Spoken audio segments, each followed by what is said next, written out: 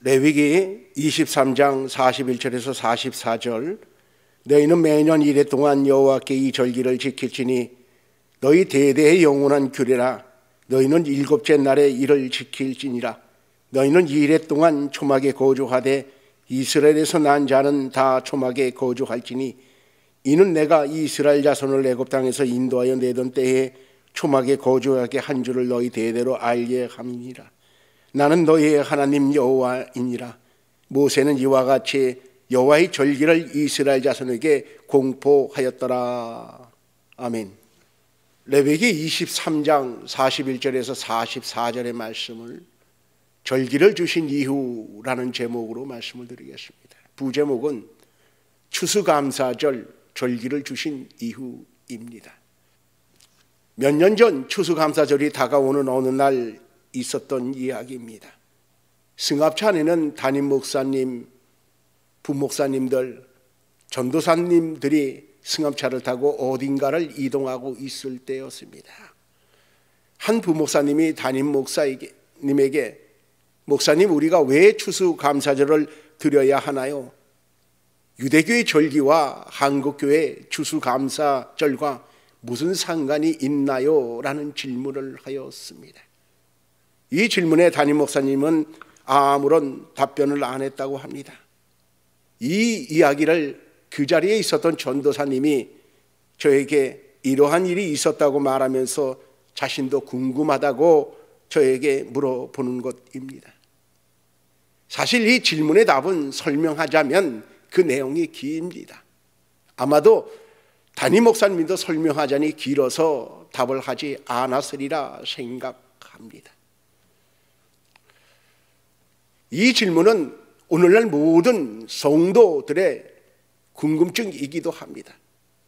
구약시대 이스라엘 절기와 신약시대 즉 기독교의 절기를 보면 절기의 명칭도 다르고 절기를 지내는 시기도 다르기에 이 궁금증이 있으리라 생각됩니다. 이 질문에 대한 답과 함께 성도들은 어떠한 마음가짐으로 이번 추수감사절과 앞으로의 절기를 맞아야 하는지를 크게 네 가지로 말씀을 드리겠습니다. 첫째, 구약시대 이스라엘 절기와 기독교 절기의 관계입니다. 구약시대 이스라엘 절기는 크게 3대 절기, 7대 절기가 있습니다. 3대 절기는 유월절, 맥추, 감사절, 칠칠절, 오순절이라고도 하죠. 그리고 세 번째는 초막절입니다. 여기에 무교절과 초실절과 나팔절과 속죄절을 넣으면 7대 절기가 됩니다. 이 7대 절기 중에 3대 절기를 보겠습니다. 첫째 유월절입니다. 3, 4월에 드리는데 애굽의 모든 장자를 쳐서 죽게 한 사건으로 이스라엘은 애굽의 노예에서 해방된 것을 기념한 절기인데 영적으로는 죄와 사망에서 구원하여 하나님 나라에 속하게 된 것을 의미합니다. 두 번째는 맥추 감사절입니다. 5, 6월 달쯤에 드리는데 출애굽한 이스라엘 백성들이 시내산에서 율법을 받은 것을 기념하며 감사의 신앙 고백과 함께 더불어 보리 추수의 첫 열매를 드립니다. 세 번째는 초막절인데 9, 10월쯤에 드립니다. 광야에서 집도 못 짓고 유목 생활을 하며 가을에 추수하여 곡간에 저장하게 됨을 감사하는 절기입니다. 그런데 문제는 이 구약시대의 절기들을 구시대의 산물 정도로 생각을 합니다. 낡은 것으로 생각을 합니다. 과연 구약시대의 절기는 낡은 것일까요? 그렇게 알 필요도 없는 것일까요? 그렇다면 오늘 본문 41절에 너희 대대의 영원한 규례라 하신 말씀은 무엇인가요? 영원한 규례, 영원히 지킬 규례. 구약시대뿐만 아니라 신약시대 곧 오늘날 이 성도들이 지켜야 할 규례란 뜻입니다. 이렇게 말씀을 드리니 우리 기독교에는 이러한 구약시대 이스라엘 절기들이 없는데 어떻게 드리란 말인가 라는 생각이 들 것입니다. 자, 구약성경과 신약성경과의 관계는 불가분의 관계입니다. 구약성경은 신약성경을 증거하며 신약성경은 구약성경을 조명합니다. 좀 더 말씀을 드리면 구약성경은 오실 그리스도를 계시하고 오신 예수 그리스도를 증거합니다. 또한 신약성경은 구약의 말씀을 조명하므로 예수께서 구약에서 증거하신 오실 그리스도라는 것을 밝힙니다. 구약성경이 없다면 신약성경의 말씀을 풀지를 못합니다. 그러므로 신약성경을 알려면 구약성경을 반드시 알아야 하는 겁니다. 이와 같이 구약시대의 절기를 알아야 신약시대의 절기 또한 알 수가 있는 것입니다. 예를 들어 유월절과 부활절의 관계를 설명해 보겠습니다. 유월절은 출애굽 당시 애굽의 초태생들은 모두 죽이셨으나 문설주와 임방의 어린 양의 피를 바른 이스라엘의 장자는 죽음을 면하였는데 여기에 어린 양은 장차 오실 그리스도를 예표합니다. 그러니까 예수 그리스도의 십자가의 사건을 깨닫게 하기 위해 앞서 유월절 사건을 주신 것이에요. 유월절이 없었으면, 유월절에 어린 양의 희생 사건이 없었으면 어린 양으로 십자가에서 죽으신 그리스도 예수에 대해 설명할 수가 없는 겁니다. 그러므로 부활절이 있기 전에 유월절을 주신 것이에요. 부활절이 실제요, 유월절은 부활절의 그림자인 것이죠. 그렇습니다. 구약시대의 절기는 구약시대로 끝나는 것이 아니라 구약의 절기 위에 신약의 절기가 더해짐으로 그 의미가 더욱 분명하고 뚜렷해지는 것이에요. 그러면 신약시대의 기독교는 왜 성탄절과 부활절과 추수감사절만 드리는 것일까요? 그 이유는 기독교는 유월절은 부활절로, 그리고 나머지 절기들 맥주감사절, 초막절, 초실절, 나팔절, 속죄절 등은 그 의미를 함축하여 추수감사절에 드리는 것이에요. 기독교는 구약의 절기들은 문자 그대로 드리지 않지만 절기 제도의 기본 정신은 계승하여 드리는 것이에요. 그러니까 맥주감사절에 밀곡식 첫 수확을 드리던 것을, 초실절에 첫 이삭을 드리던 것을, 초막절에 가을에 추수하여 곡간에 저장하게 됨을 감사하는 것들을, 그리고 한 해에 모든 있었던 다사다난했던 것들을 돌아보며 추수감사절에 그 의미를 담아 예배로 드리는 것입니다. 둘째는 절기를 주신 이유입니다. 구원을 받은 모든 사람은 천국에 가기 전에 누구나 이 노정을 거치는데 이 노정을 구원의 노정이라고 합니다. 신약시대의 오늘날의 그리스도인의 구원의 노정은 첫째는 구원입니다. 예수 그리스도를 믿음으로 구원을 받습니다. 그리고 두 번째는 세례입니다. 구원을 받은 자는 세례 곧 물속에 들어감으로 옛사람이 죽고 죄를 씻고 나옴으로써 예수 그리스도와 함께 부활 연합함을 뜻하는 세례의 의식을 받음으로 교회 공동체의 일원이 됩니다. 그리고 세 번째는 교회 생활입니다. 세례를 받고 교회 공동체 안에서 신앙생활을 하면서 천국을 향해 나아갑니다. 그리고 네 번째는 죽음입니다. 그리고 요단강을 건너 비로소 다섯 번째 천국에 들어갑니다. 이러한 구원의 노정을 구약시대에서는 첫째는 구원이요, 두 번째는 홍해를 건놈, 세 번째는 광야 생활, 네 번째는 요단강을 건너고 다섯 번째는 가나안 땅에 들어가는 것이죠. 이 구원의 전노정에서 유월절 사건을 통해 구원을 받고 하나님의 백성된 이스라엘 백성들이 약속의 땅 가나안에 들어갈 때까지 광야 생활에서 절기들을 통하여 이스라엘 백성의 자세와 하나님의 관계를 새로이 하고 성결을 회복하고 신앙의 본질과 기쁨을 가지게 하여 결국은 신앙의 축복을 온전히 누리게 하기 위해서 절기를 주신 것입니다. 구약시대에 이스라엘 백성들이 여러 절기를 드렸던 것을 이제 신약시대 성도들은 그 의미들을 함축하여 성탄절과 부활절과 추수감사절로 드리는 것입니다. 셋째는 절기의 소중함을 알아야 합니다. 절기는 매년 반복됩니다. 구약시대에도 그랬고 신약시대에도 절기들은 매년 반복됩니다. 해마다 찾아오는 절기를 성도는 어떠한 자세로 절기를 맞이해야 하는가 하면 절기를 무엇보다 소중히 여겨야 한다는 것입니다. 왜냐하면 절기를 주실 때에는 반드시 그 목적이 있기 때문입니다.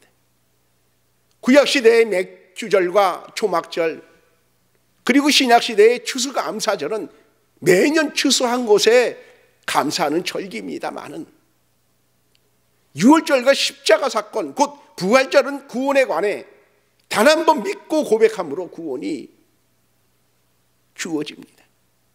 다른 절기들과는 달리 매년 유월절이 돌아왔을 때에 십자가의 고난주간과 부활절이 돌아왔을 때마다 다시금 믿음으로 고백하여 구원을 갱신하지 않습니다. 그럼에도 하나님은 우리에게 절기를 매년 드리게 하셨습니다. 왜일까요? 절기를 통해 자신을 돌아보고 신앙의 자세 곧 신앙의 초심을 회복하라는 겁니다. 이렇게 매년 절기를 통해 우리에게 원하시는 바가 있건만 이 하나님의 기쁘신 뜻을 깨닫지 못하고 절기들을 소중히 여기지 않고 매주 드리는 주일 예배 중에 그저 좀 특별한 날 정도로만 생각하여 보낸다면 성도로서 절기를 맞는 자세가 아닙니다. 다음 주일이 추수감사절이래, 며칠 후면 성탄절이래 라며 별 감동 없이 절기를 맞는다면, 매년 치르는 연중 행사 정도로만 생각한다면 하나님께서 귀하게 주신 절기의 의미는 사라지고 마는 것입니다. 성도 여러분, 이번 추수감사절에 여러분의 신앙이 크게 성장되었으면 합니다. 그러기 위해서는 스스로 신앙을 끌어올려야 합니다. 마가복음 5장 21절 이하에 혈루증을 앓는 여인이 병고침을 받은 사건이 있습니다. 이 여인은 12년 동안 혈루증을 앓았는데 예수님의 옷에 손을 대어도 병고침을 받을 것이란 믿음을 가지고 예수님께 와서 그 옷에 손을 댑니다. 그때 예수님은 누가 내 옷에 손을 대었느냐 하십니다. 그때 무리들이 애워싸 밀고 있었는데 제자들은 누가 내게 손을 대었느냐 물으시나이까 합니다. 예수님은 믿음으로 옷에 손을 댄 여인을 찾으셨고 여인은 모든 사실을 고백합니다. 다가오는 추수감사절을 우리나라를 비롯하여 전 세계 모든 기독교인들이 맞이합니다. 그 중에서도 성도 여러분, 더욱 진실된 믿음을 가지고 이번 추수감사절을 맞으셨으면 합니다. 넷째는 추수의 바른 의미입니다. 추수감사절 하니까 농사만을 생각합니다.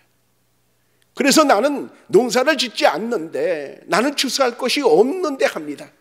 특히 도심에 사는 분들이 추수감사절의 의미를 잘 이해를 못합니다. 추수감사절의 추수는 농작물의 추수만을 의미하지 않습니다. 인생의 추수를 의미합니다.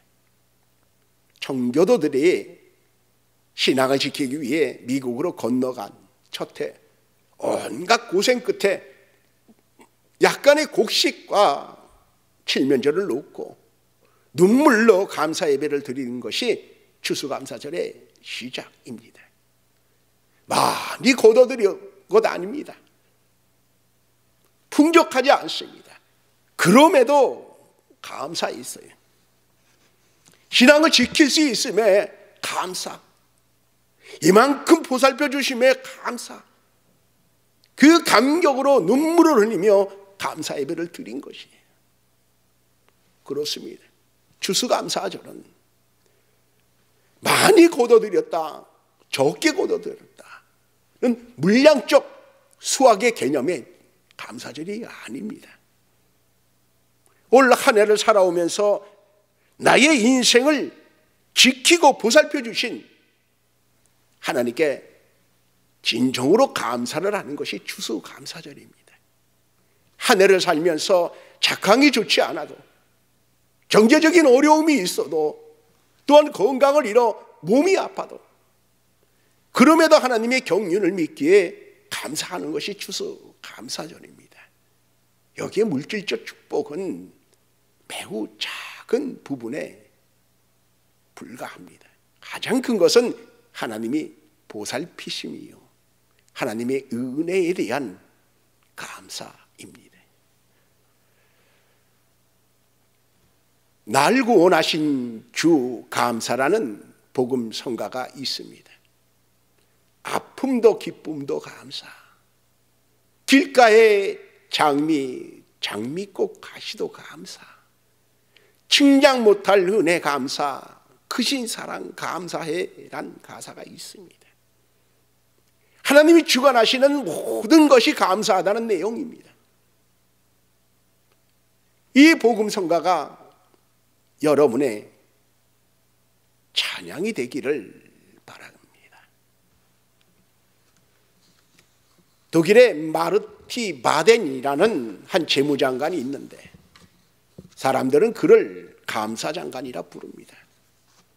그분의 일화를 소개합니다. 젊은 시절 생활이 매우 궁핍했는데 어느 지방으로 출장을 갔을 때입니다. 싸구려 여관에 투숙을 하였는데 다음날 일어나 보니 자신의 구두가 없어지고 만 거예요. 여관 주인이 창고에서 헌 구두를 꺼내주며 오늘 주일인데 나와 같이 교회에 가지 않겠느냐 하여 여관 주인을 따라 교회에 갑니다. 마르티 바데는 신발도 잃어버려 기분도 좋지 않았고 또 여관 주인이 내어진 헌 구두도 마음에 들지 않았기에 교회에서 불평이 가득한 기도를 드립니다. 그렇게 예배를 드리고 교회에 나가 길을 가는데 어느 한 곳에서 즐겁게 찬송을 부르는 소리가 있었어요. 그래서 보니 구두를 닦는 사람이었는데 더군다나 그 구두 닦기는 두 다리가 없는 사람이에요.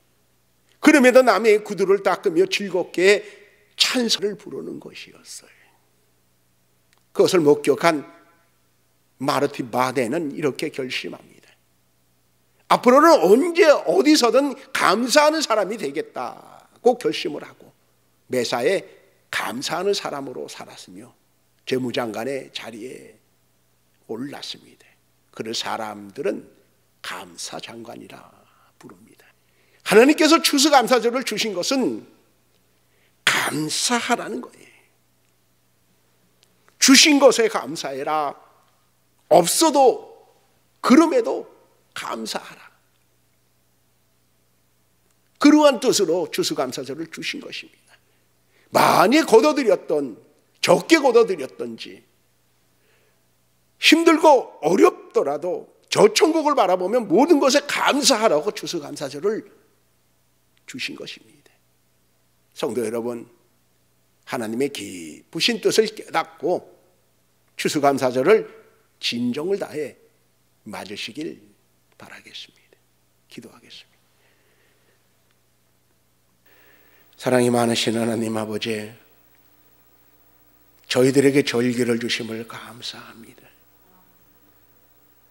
절기를 통해서 저희들이 깨닫고 이 절기들을 통해서 하나님의 깊으신 뜻을 저희들이 마음에 받고 믿음으로 나아감으로 더 큰 신앙의 성장이 되도록 저희들을 인도해 주신 것을 감사를 드립니다. 돌아오는 추수감사절 주님 앞에 진정으로 소중하고 의미 있는 귀한 절기로 보내도록 저희들을 인도하여 주시옵소서. 예수님의 이름으로 기도드리옵나이다. 아멘.